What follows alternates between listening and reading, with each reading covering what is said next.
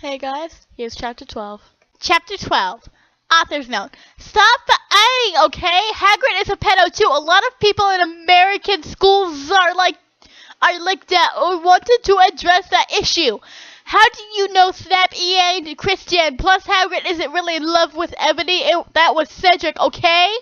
I was about to slip my wrist with the silver dice that Drago had given me in case anything happened to him. But he said to use it valiantly against an enemy, and I knew that we must both go together. No, I thought it was Hagrid, but it was Vampire. He started to scream, OMFG, no, my scar hurts! And then his eyes rolled up, and you could only see his red whites. I stopped. How did you know? I saw it, and my scar turned back into the lightning bolt. No! I ran up closer. I thought you didn't have a scar anymore, I shouted. I do, but Diablo changed it to a pentagram for me, and I always cover it up with foundation, he said back. Anyway, my scar hurt, and it turned back to a lightning bolt. Save me! Then I had an image of what was happening to Draco. Voldemort has him in bondage! Anyway, I was in the school nurse's office without recovering from my slit wrists.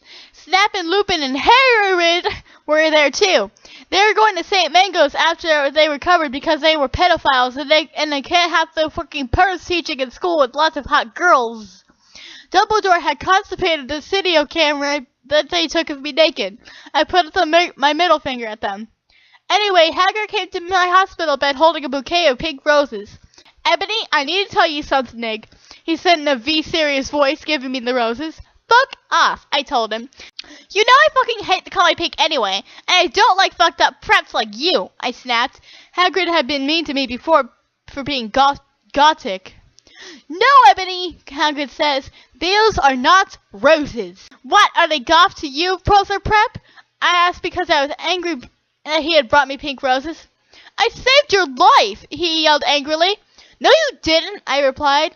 You saved me from getting a Paris Hitler video from your shower scene and being booed by Snap and Lupin, who masturbated. See, is that spelled wrong? To it, he added silently. Whatever, I yelled angrily. He pointed his wand at the pink roses. These aren't roses. He suddenly looked at them with an evil look in his eye and muttered, well, if you wanted to, honestly, that's all you had to say. That's not a spell, that's an MCR song, I corrected him wisely.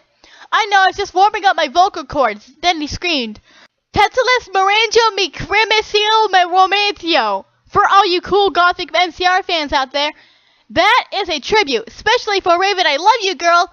And then the roses turned into a huge black flame floating in the middle of the air. It was black. Now I knew he wasn't a prep. Okay, I believe you now. WTF is Draco. Hagrid rolled his eyes. I looked at the balls of the flame, but I could see nothing. See, Ennaby, Dumbledore said, watching the two of us watching the flame.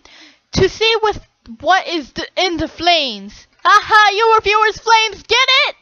I mustn't find yourself first, okay? I have found myself, you mean old man, Hagrid yelled. Dumbledore looked shocked. I guess he didn't have a headache or else he would have said something back. Hagrid stormed back to his bed. You are a liar, Prof. Dumbledore. Anyway, I got there and I went upstairs to put on a black leather mini dress and it was all ripped on the ends with lace on it. There was some corset stuff on the front. Then I put on black fishnets and black high heeled shoes with pictures of Billy Joel Armstrong on them. I put my hair all around me so I looked like Samara from The Ring. If you don't know who she is, you're a prep, so fuck off. And I put on blood red lipstick, black eyeliner, and black lip gloss. You look kawaii, girl, Bloody Mary said sadly. Thanks. Get it? You do too, I said sadly too, but I was still upset. I slit both my wrists, feeling totally depressed, and I sucked all the blood. I cried again in my bathroom and I put shades on so Snap and Lupin couldn't spy me this time. I went to some classes. Vampire was in the hair of magical creatures. He looked all depressed because Draco has disappeared and he was used to be in love with Draco. He started sucking some blood from a Hufflepuff.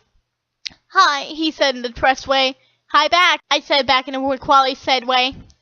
We both looked at each other for some time. Harry had beautiful red gothic eyes so much like Draco's. Then we jumped at each other and started screwing each other.